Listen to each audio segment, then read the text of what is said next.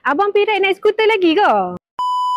Abang sekarang ni dah tak payah naik skuter Pirai. Jomlah upgrade sikit. Naik touring bike pula. Baru tahu sedap tak sedap. Dek, abang skuter pun tak ada yang beli lagi, dek. Kalau macam tu lagi bagus. Boleh terus consider ambil touring bike bang. Ada 3 sebab abang kena layan touring bike. Layan video ni sampai habis. Sebab yang pertama, motor touring ni dia lagi berat sikit daripada skuter. So bila abang dah dekat atas highway tu, tak adalah abang rasa macam terkena angin kan. Motor pun tak ada rasa goyang. Stabil sikit. Sebab yang kedua, nak dibanding dengan skuter, of course lah dari position dia lagi selesa. Sebab untuk motor touring ni, handlebar, seat dengan kedudukan kaki ni memang dicipta khas untuk abang jalan jauh. Handlebar ni siap main dengan handguard lagi, selamat sikit abang.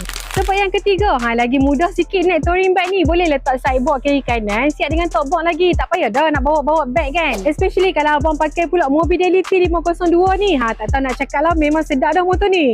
Cuba abang komen abang team motor touring ke team skuter? Ida nak tahu juga. Jangan lupa like, follow, share video ni. Bye!